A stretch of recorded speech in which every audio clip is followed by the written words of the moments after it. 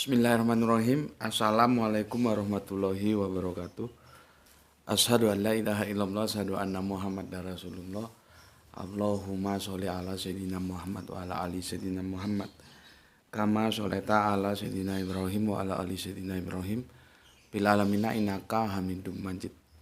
Sebelumnya kita panjatkan dahulu doa kepada Gusti Allah Agung untuk saudara-saudara kita yang telah memberikan sholawatnya kepada channel dakwah ini, sehingga channel ini dapat dengan setia eksis hadir dalam ruang-ruang diskusi kalian semuanya dimanapun kalian berada. Tentu dengan sebuah harapan, insya Allah sholawat itu akan menjadi catatan langit amal soleh bagi mereka dan keluarganya kelak, dan insya Allah akan terbalaskan dengan balasan yang lebih baik lagi.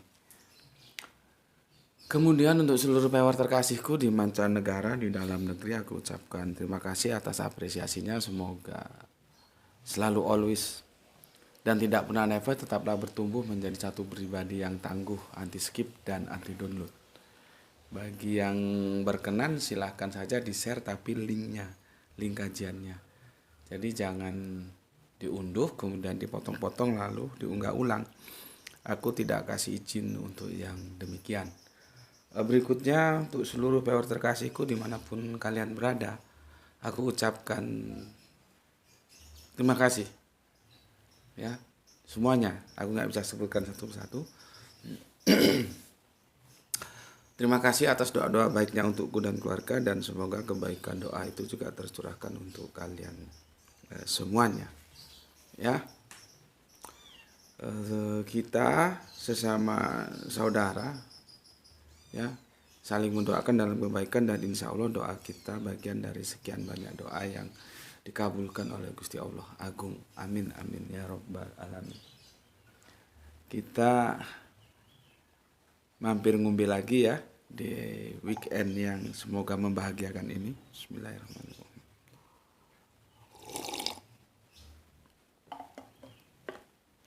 Dalam suasana weekend pun yang biasanya sibuk dengan liburan, kita berusaha untuk tetap mengaji dengan format kajian sebagaimana biasanya. Mampir ngombe itu dikemas secara ringan. Oke. Kita kali ini belajar kepada sosok yang aku sebutkan, kami memanggilnya dengan panggilan Mak. Mak itu mama ya, Mak Jum gitu ya. Seperti aku bilang kemarin ya, sebetulnya kampus kehidupan itu luas ya.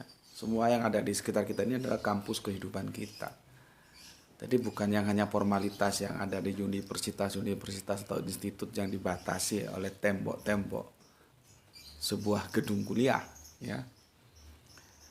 Sekarang kita tahu bahwa kita boleh belajar kepada siapapun yang ada di sekitar kita, karena kita tidak membatasi ya tempat kita belajar. Apa yang sudah sering kita lihat dibatasi oleh tembok-tembok gedung perkuliahan. Ini universitas kehidupan ini luas, artinya kita bisa belajar kepada siapapun dia ya. Oke. Sebelum di sana aku bacakan dulu komen yang masuk. Pertama dari Kang Joanto Anto ya. Suatu pembelajaran yang mantap dan sangat mengena di hati tentang makhluk ya, sesama makhluk Allah ya. Harta benda ya, jabatan, ciptaan ilahi yang dipertemukan dalam kehidupan kita dan dipisahkan atas kehendaknya. Amin amin ya rabbal alamin. Semoga kita bisa mengambil hikmah dari kajian kita kemarin tentang sebuah tajuk kehilangan Muesa ya. Oke, terima kasih untuk Kang Mas Juanto Anto. Semoga bahagia selalu ya, menikmati liburan akhir pekannya bersama keluarga di Cirebon. Salam Isra untukmu dan untuk semua saudaraku yang ada di sana. Kemudian Kang Irfan Al-Akbar, ikut mampir ngombe belajar kehidupan kepada si Muesa. Mantap, ternyata dalam perjalanan ya, karena ini posisinya ada di Bandara Soekarno-Hatta Jakarta. Jadi dari Malang langsung transit Jakarta langsung ke Jambi ya. Semoga perjalanannya dan kerjanya di sana selalu dalam lindungan Gusti Allah Agung dan sukses selalu. Amin amin ya robbal alamin. Salam Isra untuk Irfan dan untuk semua teman-teman kerja yang ada di proyek sana ya. Kita lanjutkan soleha kita Gispati.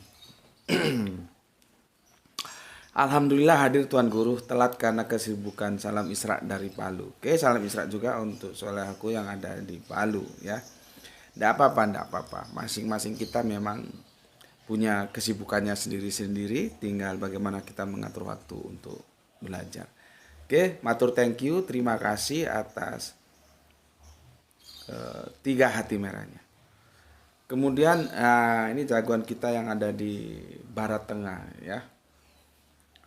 Ada Lai Saragi ya, atau Usman Kam. Assalamualaikum Guru. Waalaikumsalam warahmatullahi wabarakatuh. Dubai hadir walaupun terlambat. Salam Isra Islam rasional. From Usman Saragi, Dubai ya. Beliau bekerja di salah satu proyek seperti PLN-nya kita lah ya. Kalau kita PLN ya gitu. Semoga Lai Saragi juga selalu dalam lindungan Gusti Allah Agung, dan salam Isra untuk semua saudaraku yang ada di sana. Islam rasional. Kemudian ada Kang Yuda Sudibyo. Yuda itu artinya perang ya. Kalau bahasa Jawa itu kan dari bahasa Jawa. Bahasa Jawa dari Sanskerta Yudo. Ya, jadi Yudo perang. Broto Yudo, ada Bronto Yudo. Assalamualaikum warahmatullahi wabarakatuh. Waalaikumsalam. Cimahi nyimak Gus, salam Isra. Oke, salam Isra untuk Kang Yuda Sudibyo yang ada di Cimahi ya. Semoga saudaraku semua yang di sana selalu dalam ridho Gusti Allah Agung. Kita terbang jauh ke ujung belahan timur Indonesia, ada Kang Mas Kong Kalikong. Papua nyimak Gus, sehat selalu. Oke, terima kasih untuk Kang Mas Kong Kalikong yang ada di Papua ya. Kalau ingat Papua, ingat Black Brothers. Dulu ada salah satu grup musik tahun 70-an tuh cukup bagus juga, Black Brothers, yang nggak tahu karena apa akhirnya mereka hengkang ke Belanda ya. Dan sair-sair lagunya juga bernapaskan sosial ya, sosialis, teologis gitu. Bagus. Sayangnya setelah grup itu berlalu tidak ada lagi grup-grup yang sekelas beliau dari negeri timur kita ya. Ada Black Sweet tapi masih belum ya, masih belum. Baik dari kualitas syairnya maupun musiknya masih belum ya. Jadi Black Brothers terus lahir Black Sweet tapi belum bisa lah mengimbangi ya. Nggak tahu sekarang sudah sepuh mungkin ya Black Brothers ini. Yang mereka sempat berapa namanya? Berseteru ya. Bermasalah atau begitu tentang sebuah lagu kisah seorang pramuria. Black Brothers bilang itu lagu mereka, tapi The Mercies bilang lagu mereka. Ya, kalau The Mercies itu dibawakan oleh Charles Hutagalung ya, dengan lengkingan suara yang khas.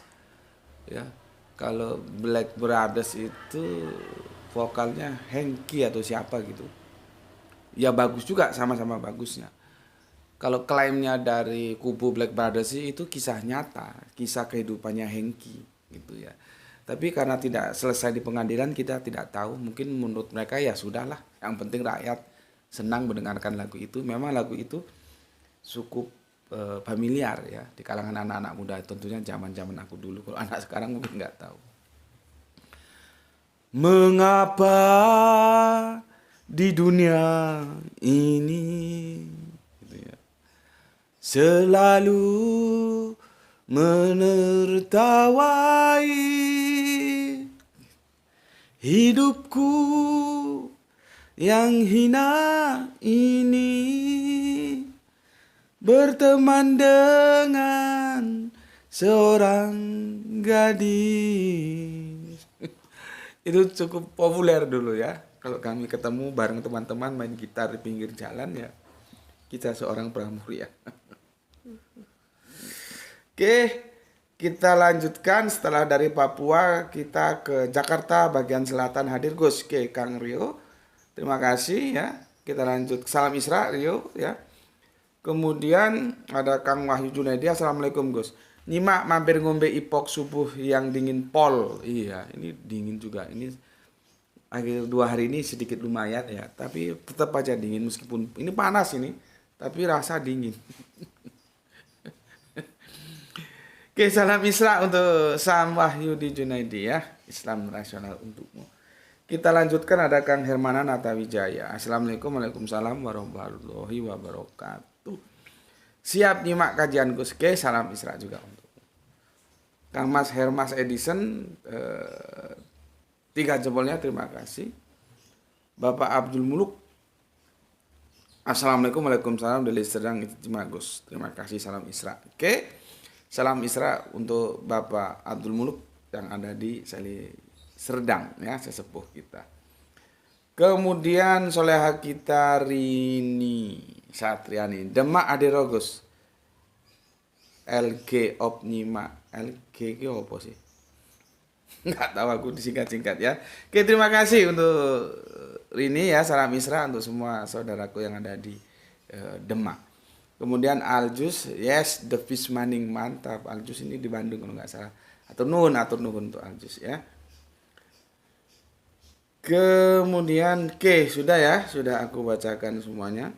Sekarang kita coba mendiskusikan tentang apa yang bisa kita jadikan penambah wawasan di mampir ngombe kali ini. Aku minum kopi dulu. Bismillahirrahmanirrahim.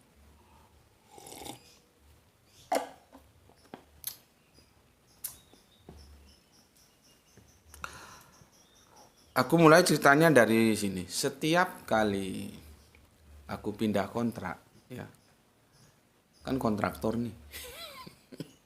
Artinya kontrak sana, kontrak sini gitu. Jadi banyak teman, banyak saudara. Karena ke sana. Orang-orang heran, kok kenal sana. Ya jelas saja orang kontraknya kemana-mana gitu ya. Aku setiap pindah kontrak itu selalu berdoa, ya Allah dapatkanlah hamba itu tempat yang dekat dengan langgar. Ya, langgar ya. Meskipun tidak masjid, langgar aja sudah cukup. Langgar itu musola ya. Kami menyebutnya di tanah Jawa langgar. Ya supaya enak aja bisa sholat berjamaah 5 waktu ya. Dan itu kan sesuatu yang mahal gitu. Aku tidak kerasan kalau rumah itu jauh dari langgar ya, jauh dari tempat sholat. Meskipun sholat sendiri di rumah ya bisa saja ya. Cuman kan itu lebih baik kalau kita sholat berjamaah. Jadi aku begitu, ya Allah berilah hamba tempat kontrakan yang itu dekat langgar gitu. Dan alhamdulillah sudah berapa kali ya, 1, 2, 3 kali pindah ini dekat langgar semua. Yang dulu itu mepet, cuman geografisnya tanahnya atas bawah gini. Aku di atas kontrakanku, di bawah ini langgar karena geografisnya atas bawah gini. Pindah dari sana ke daerah sini pas langgar, gandeng tembok kata orang Jawa. Temboknya itu mepet-mepet. Jadi ini kok kontrakanku di sini langgar. Sekarang sedikit jauhan tapi tetap aja dekat langgar kalau jalan sekitar ya 3 menit paling ya.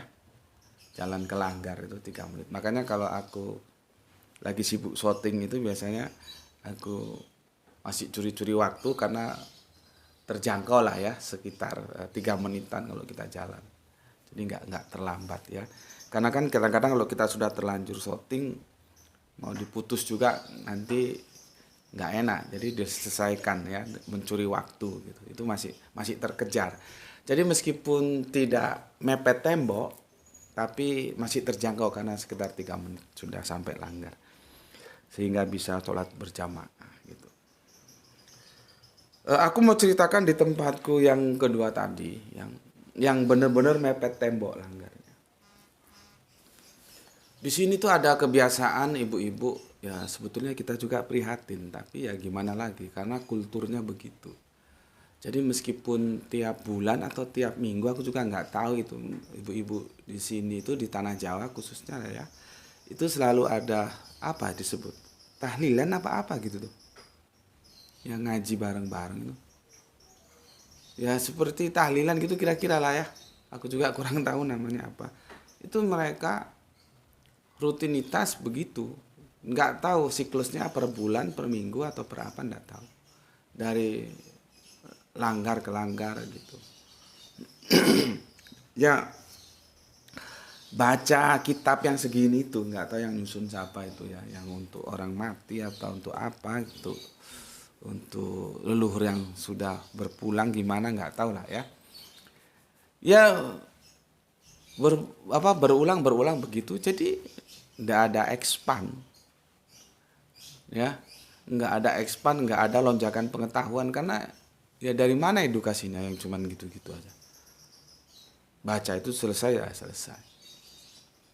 Makanya kan aku pernah bilang, banyaknya pertumbuhan rumah-rumah Quran itu secara kuantitatif ya cukup menggembirakan kita sebagai orang Islam, tapi secara kualitatif itu masih tetap saja memprihatinkan.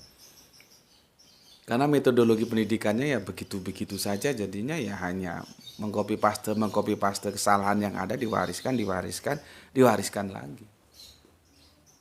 Kan aku sudah bilang, ketika Anda masuk dunia pendidikan formal, entah itu pondok pesantren, entah itu universitas, kalian tidak akan mendapatkan penjelasan-penjelasan yang keluar dari mainstream. Karena mainstream itu sudah dianggap sebagai kebenaran. Kalau kita ngaji di sini kan enggak, yang benar ya benar, yang salah ya salah. Itu aja. Kalau sudah benar ya sudah, kalau salah kita benarkan. Jadi kita bukan hanya sekedar bisa mengkritisi, tapi kita juga harus memberikan solusi. Kalau misalkan Al-Quran, surat ini terjemahannya salah, maka benernya seperti apa? Harus begitu, itu namanya mengkritisi dan memberikan solusi. Jangan ngomong ini salah, tapi benernya kagak ngerti. Itu kan nggak akademis gitu, ya. Sama dengan ibu-ibu di sini itu. Ya sepertinya tidak beda di tempat-tempat lain di tanah Jawa juga begitu kan. Nah, datang berombongan ngaji baca apa itu nanti sekitar 1,5 jam lah ya. Jelang asar selesai pulang sudah. Nanti siklusnya berapa sebulan lagi atau gimana kurang tahu aku. Ya begitu aja. Jadi bukannya dan itu jumlahnya lumayan besar. Ya, lumayan banyak. Bukan ngumpul terus ngaji Al-Quran atau hadis dijelaskan gini sehingga kita hidup sesuai dengan perintah Al-Quran ya dan hadis. Tidak begitu. Ya gitu. Hanya satu ibu mimpin baca, nanti yang lainnya ngikuti. Gitu terus gitu ya. Dan itu kultur. Jadi untuk merubahnya itu bukan sesuatu yang mudah. Gitu ya. Oke. Nah, acara itu biasanya dimulai itu pada asar. Jadi jelang asar itu sudah persiapan mereka. Nah, pada waktu itu ada seorang ibu yang kami manggilnya Mak Jum itu. Dia rajin sekali. Sudah sepuh ya, sudah sepuh lah. Berdandan, berhias gitu ya, berangkat. Teman-temannya belum datang, dia sudah datang. Gitu. Ya, sudah datang, nunggu di masjid mempersiapkan konsumsi teh, gorengan segala macam. Dia yang mempersiapkan gelas-gelas segala sesuatu. Pada waktu itu aku masuk asar ya, dan dia ada di sudut musola gitu. Aku ajak sholat asar enggak mau. Nggak mau dia sholat. Ya, dia nggak mau. Bagi dia itu Islam itu ya itu apa? yasinan itu. Kira-kira begitulah ya. Tidak mau. Dan aku merasa prihatin kalau aku lihat bukan tidak mau karena bandel, bukan. Karena beliaunya ini awam. Gitu loh. Kan kita tidak bisa dong salahkan beliau. Yang salahkan itu adalah kenapa tidak ada ya siapapun yang ada di sekitarnya itu yang mengajari beliau. Gitu. Cuman bagaimana juga mau ngajari kalau yang lain juga begitu kan jadi repot juga. Jadi intinya ibu ini atau Mak Jum ini awam. Orang awam lah. Udah sepuh, awam juga. Jadi kalau diajak sholat itu enggak mau karena mungkin enggak ngerti. Gitu. Ya. Jadi ukuran dia Islam itu ya itu tadi tahlilan baca yasin gitu. Ya. Ya kita juga sebetulnya aku itu ya prihatin gitu loh. Bagaimana cara mendekati beliau. Gitu. Beliau ini orangnya baik sekali. Ya. Itu Ranti itu sering dikasih duit 10.000. Ya. Baik, orangnya baik. Jadi Ranti itu kasih uang 10.000 gitu ya. Jadi itu sudah lama waktu belum pindah ke sini, masih di kontrakan yang bawah. Ya. 10.000. Enggak tahunya ya, kemarin kan mamanya Ranti, Usna kan main ke rumahnya gitu. Terus kami mencerita ya ketika ya biasalah kan kalau kita saling di desa itu saling beri sayur, beri apa gitu. Mak Jumnya itu bahagia sekali gitu loh, senang gitu dikasih sayur gitu. Berikutnya kami berdua bercerita tentang Mak Jum ini. Gitu. Terus ada Ranti di samping gitu. Ranti ngomong gitu. Aku juga pernah dikasih uang 20.000. Coba. Ketika yang 10.000 itu aku masih biasa. Ya. Ini dikasih uang 20.000. Coba. Ya. Itu istimewa banget. Ya, kan aku sudah bilang Islam itu proporsional. Kalau gajah nyumbangnya banyak, ya wajar karena dia gajah. Kalau semut nyumbangnya banyak, itu ndak wajar karena dia semut. Semut harusnya nyumbangnya dikit. Gajah nyumbangnya banyak. Ya, karena apa? Karena gajah. Semut nyumbang dikit ndak masalah karena memang dia semut. Gajah nyumbang dikit itu masalah karena dia gajah. Maka seharusnya gajah nyumbang banyak, semut nyumbang dikit. Itu proporsionalnya begitu. Ya, yang di luar kewajaran ketika ada gajah nyumbangnya kelas semut atau ada semut nyumbangnya kelas gajah. Nah, Mak Jum ini adalah semut yang nyumbang dengan sumbangan kelas gajah. Makanya ketika Ranti kemarin sore sepertinya bilang bahwa aku juga pernah dikasih uang 20.000 gitu. Aku kaget. Karena ini semut nyumbang gajah. Kenapa begitu kalian tahu? Beliau di rumah sendiri dengan putranya ya. Sudah sepuh gitu ya, sendiri dengan putranya. Jadi hidupnya berdua saja. Putranya kerjanya ya kalau kami di Sumatera bilang mocok-mocok. Ada orang suruh apa ya dikerjakan, suruh apa dikerjakan gitu ya. Nah, kalau Mak Jum ini kerjanya apa? Mengupas bawang merah. Bawang merah dari petani itu dikupas. Ikut ibu-ibu juga mengupas. Per hari cuma digaji 10.000. Anda bisa bayangkan. Dia ngupas bawang merah Itu pun kalau ada yang nyuruh. Kalau nggak ada yang nyuruh ya di rumah saja. Ya, dia ngupas bawang merah kalau ada yang nyuruh. Gajinya 1 hari 10.000. Dia ngasih Nduk Ranti 20.000. Artinya 2 hari dia kerja dikasihkan Nduk Ranti. Sepertinya dia senang sama anak-anak kecilnya. Mak Jum. 2 hari dia kerja dikasihkan Nduk Ranti. Terus yang dia makan apa?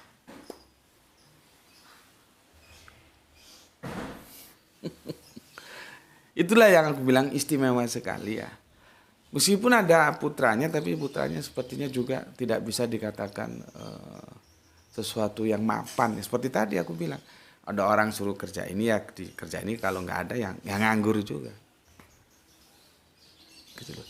Jadi 20.000 di tangan Mak Jum itu bisa jadi setara dengan 2 juta di tangan orang-orang yang kaya. Gue kan sudah bilang, jangan lihat 20.000-nya. Lihat pembandingnya. Dia kerja 1 hari, cuman 10.000. Dia kasih Nduk Ranti 20.000. Ya.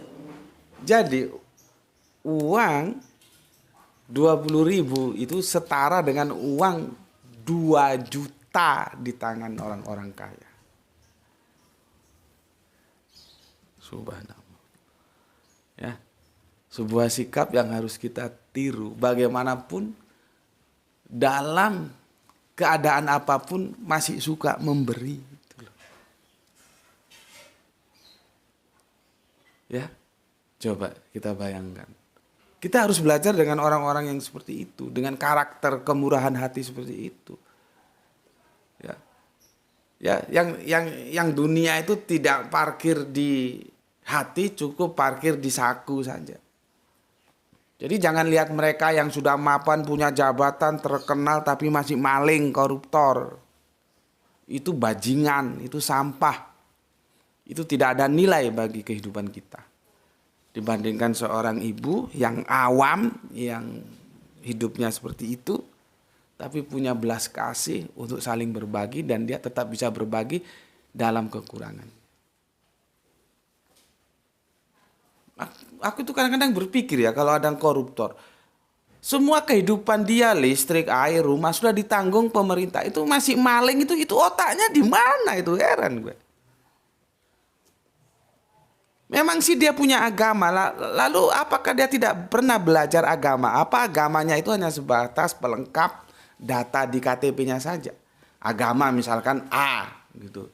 Tapi dia tidak pernah belajar agamanya. Apakah agamanya tidak melarang apa yang dia lakukan? Kan seharusnya malu hati. Malu hati dengan orang yang tetap berbagi, hidup apa adanya, sederhana. Daripada dia yang mewah, mungkin punya rumah banyak, punya mobil keluaran terbaru, tapi bajingan. Itu sampah. Tapi orang-orang seperti Mak Jum inilah orang-orang yang akan bisa kita jadikan panutan. Ya, di mana dia tetap berbagi dalam kekurangannya. Ya. Lah kalau dalam kekurangan saja dia mau berbagi, kok ini ada yang sudah berlebih tidak mau berbagi. Gimana itu? Makanya dari itu lagi-lagi aku bilang, ya, kalau baca Al-Qur'an itu nggak usah borongan. Selembar 2 lembar sudah, tapi pahami apa yang tersurat, apa yang tersirat dalam teks-teks suci itu. Ya, baca juga terjemahannya. Kalau ada yang menurutmu bermasalah, tanyakan sama yang ngerti. Karena nanti bermasalah, terjemahan itu akan kita pegang untuk menuntun kita, padahal itu salah.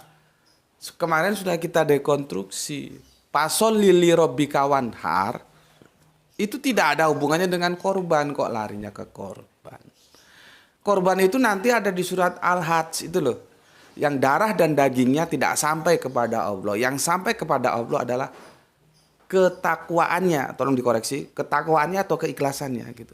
Coba cari deh di surat Al-Hajj itu, yang sampai kepada Allah itu bukan darah dan dagingnya tetapi keikhlasannya. Kalau sulit carinya di Google. Itu surat Al-Hajj, ingat Bapak. Itu baru terkait dengan korban. Kalau Al-Kautsar itu tidak ada hubungannya dengan korban, tapi itu adalah kerelaan kita wanhar, menyisihkan. Itu kan sebetulnya memotong, menyembelih. Tapi dalam konteks itu aku lebih memilih menyisihkan dari Kautsar, dari kenikmatan dunia yang telah diberikan kepada kita. Bukan semua disisihkan. Pastilah yang disisihkan itu lebih sedikit daripada yang ditinggalkan. Untuk apa? Untuk mendukung perjuangan Islam, itu harus diperjuangkan. Ada.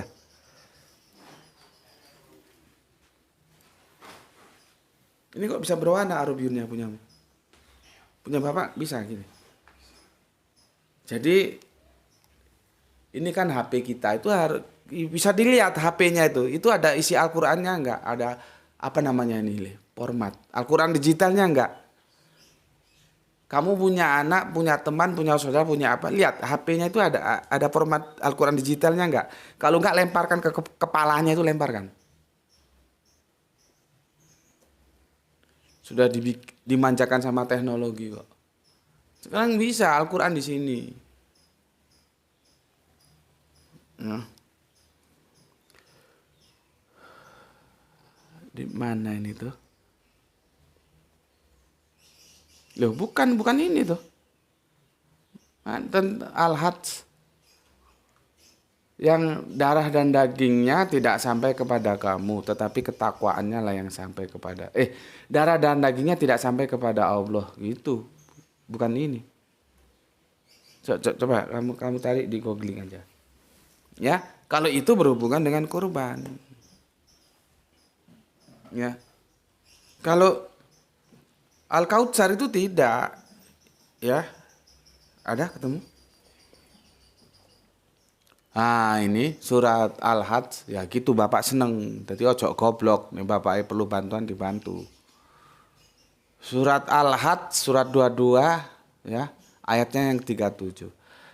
Daging, nah dalam dulu hewan kurban dan darahnya itu sekali-kali tidak akan sampai kepada Allah. Tetapi yang sampai kepadanya adalah ketakwaan kamu. Demikianlah dia menundukkannya untukmu agar kamu mengagungkan Allah atas petunjuk yang dia berikan kepadamu. Dan sampaikanlah kabar gembira kepada orang-orang yang berbuat baik. Paham ya? Jadi berkorban itu jangan otakmu, dagingnya, darahnya untuk Allah. Enggak lah, untuk apa Allah? Orang dia yang punya segalanya kok. Yang Allah lihat itu ketakwaan kita sebagai hambanya untuk mengikuti perintah yang telah disampaikan kepada kita, gitu loh, ya. Jadi ketakwaan di sini ya. Yang sampai kepadanya adalah ketakwaan kamu, ketakwaan kita ini, ya. Dagingnya kita bagikan untuk kita konsumsi bareng, gitu. Ya, nah itu berhubungan dengan korban. Kalau Al-Kautsar itu menyisihkan, ya. Jadi wanhar itu bukan berkorban, terjemahannya berkorban. Lah kalau kamu baca Al-Qur'an hanya megang terjemahan dan terjemahannya salah, ya bermasalah. Kalau terjemahannya benar sih enggak apa-apa, gitu loh. Ya. Jadi kemampuan kita wanhar itu sampai mana? Menyisihkan sampai mana? Maka dalam konteks ini kita perlu belajar kepada makjum ini. Dalam kondisi apapun dia melakukan wanhar. Ya, menyisihkan ya untuk diberikan kepada sesama yang dia sepertinya sukanya ngasih anak-anak gitu. Ya. Aku juga pernah berpikir sempat ngobrol sama mamanya Graito itu. Nanti satu waktu ya, mohon doanya juga. Sebetulnya pembangunan rumah kami seharusnya sudah dimulai bulan ini, tapi karena terkendala sesuatu akhirnya masih belum bisa dimulai karena geografisnya tanahnya itu tinggi 1 meter dari permukaan, dari aspal. Nah, tanah ini harus diratakan dulu sekitar 4,5 meter masuk ke dalam dari jalan aspal, diratakan supaya bisa untuk tempat material gitu loh. Karena kalau itu nggak diratakan nanti nimbun materialnya seperti pasir, bata ringan, ya batu koral itu di mana? Nggak ada tempat. Itu di depannya jalan aspal itu jalannya bapak-bapak petani, ibu-ibu tani untuk ke ladang. Nanti mereka pulang kalau misalkan bawa hasil panenan berupa pickup itu nggak bisa jalan kalau ada pasir. Jadi ganggu jalan orang dan itu tidak boleh kita mengganggu jalan umum ya. Itu yang pertama. Yang kedua, kalau kita paksakan nanti tukangnya itu habis waktu untuk mengusung materialnya. Kalau itu nggak dikepras dulu, diratakan, dirut kata orang Jawa. Masalahnya untuk ngerut itu juga tidak murah. Kemarin ada yang nawarkan itu pakai bego, pakai apa traktor kecil itu ya. Itu ada yang minta 15 juta. Saya bilang, oh enggak lah gitu. Terus ada lagi datang minta 12 juta. Enggak lah. Terus saya coba manual karena buangnya juga dekat. Ada makam yang perlu timbunan, nanti kita buangnya dekat itu. Ternyata mintanya juga masih tinggi, 10 juta.